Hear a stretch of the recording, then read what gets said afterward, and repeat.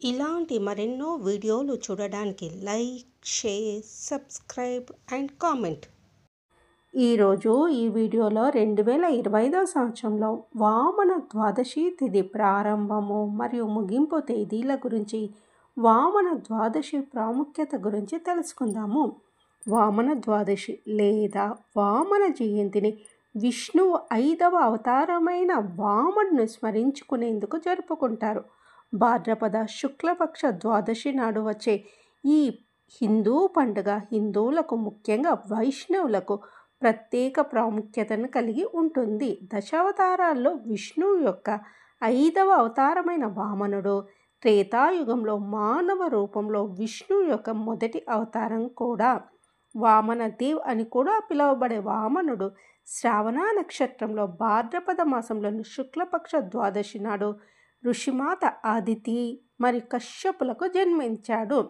శ్రీ ముదగ్వద పురాణము మరియు విష్ణు పురాణం అనేవి వామనుని మహిమను చాలా వివరంగా ప్రస్తావించిన రెండు అత్యంత ప్రసిద్ధ హిందూ గ్రంథాలు.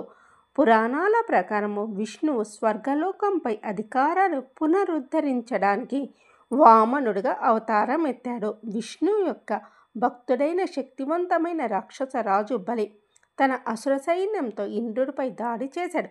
దురదృష్టవశాత్తు ఇతను ఇంద్రుడిని ఓడించి సింహాసనాన్ని తొలగించి దేవలోకానికి రాజు అయ్యాడు. స్వర్గాన్ని జయించిన తర్వాత దురహంకారి మరియు క్రూరమైన రాక్షసరాజు తన శక్తిని దుర్వినియోగం చేసి దేవతలు, బ్రాహ్మణులు మరియు ఋషులందరినీ బెదిరించాడు. అతని స్వర్గలోకము, పృథ్వీలోకము మరియు పాతాళలోకం అనే 3 లోకాలకు అధిపతి అయ్యాడు. బలిపై ఓటమిని ఎదుర్కొన్న తర్వాత ఇంద్రుడు ఇతర దేవతలతో కలిసి విష్ణువును సంప్రదించి బలి చేసిన తప్పులను వివరించి సహాయం కోసం వేడుకున్నాడు. రాక్షసుడు అయిన భగవాన్ నారాయణు బలిరాజు దురాగతాల నుండి 3 లోకాలను విముక్తి చేయడానికి తాను వామనుడిగా జన్మిస్తానని ఇంద్రుడికి హామీ ఇచ్చాడు. ఋగ్వేదంలో వామనుడు 3 లోకాలను కొలవడానికి 3 అడుగులు వేశాడని ప్రస్తావించబడింది. స్వర్గం, భూమి మరియు నరకం.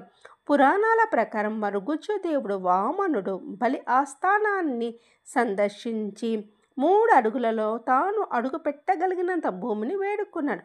ఆశ్చర్యంగా రాక్షసరాజు వామనుడికి అభ్యర్థనను మన్నించాడు. అప్పుడు వామనుడు ఒక భారీ రూపాన్ని తీసుకున్నాడు.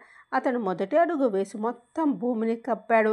2వ అడుగుతో భూమి మరియు స్వర్గాన్ని కప్పాడు. మరి వామనుడు తన 3వ అడుగు వేయడానికి స్థలం లేకపోవడంతో రాక్షసరాజు తన తలను దించి వామనుని దానిపై తన పాదము మోపమని కోరాడు. బలిచర్యకు సంతోషించిన వామనుడు బలితలపై తన పాదాన్ని ఉంచి పాతాళ లోకానికి పంపాడు. అక్కడ అతను పాతాళ లోకానికి పాలకుడు అయ్యాడు. అందుకే వామన రూపంలో ఉన్న విష్ణువును త్రివిక్రమ అని కూడా పిలుస్తారు. 2025 సంవత్సరంలో వామన ద్వాదశి తిథి ప్రారంభము 4వ తేదీ సెప్టెంబర్ 2025 గురువారం తెల్లవారుజామున 4:22 ప్రారంభమై 5వ తేదీ సెప్టెంబర్ 2025 శుక్రవారం తెల్లవారుజామున 4:08 వరకు ద్వాదశి తిథి ఉన్నది.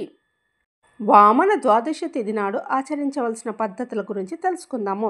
వామన దేవుని పూజించడము, ఓం నమో వామనాయ నమః అనే మంత్రాన్ని 108 సార్లు జపించడము, దాన ధర్మాలు చేయడం, ముఖ్యంగా బియ్యము, బట్టలు, ఇతర ఆహార పదార్థాలు దానం చేయడం, వామన దేవుని కథలను చదవడం లేదా వినడం, విష్ణువును పూజించడం, ఆయనకు పువ్వులు, పండ్లు సమర్పించడం, పురాణ కథలను చదవడం, ముఖ్యంగా మహాబలి చక్రవర్తి కథను చదవడం, దాన ధర్మాలు చేయడము. వామన ద్వాదశి నాడు ఉపవాసం పాటించేవారు విష్ణు సహస్రనామాన్ని కూడా పఠిస్తారు.